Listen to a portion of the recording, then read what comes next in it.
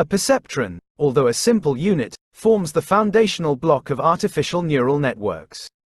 It takes multiple inputs, processes them, and produces a single output. Let's break down its four main parts and understand their roles. 1. Input layer. Imagine this layer as a group of sensors receiving information, each representing a single feature of the data. For example, in a perceptron recognizing handwritten digits, the input layer might have sensors for detecting curves, lines, and intersections. 2.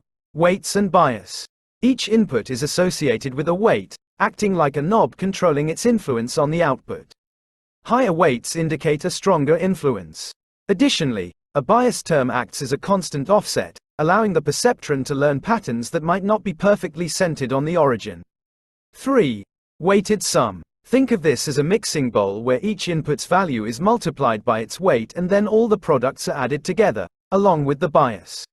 This sum represents the overall activation level of the perceptron. 4. Activation function. This final gatekeeper decides the perceptron's output based on the weighted sum.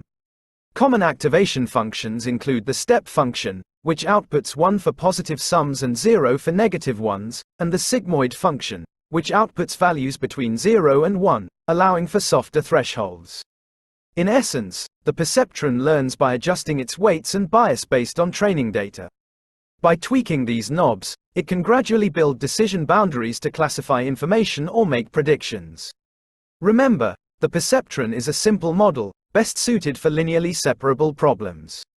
However, its core principles pave the way for understanding more complex neural networks with multiple layers and intricate connections.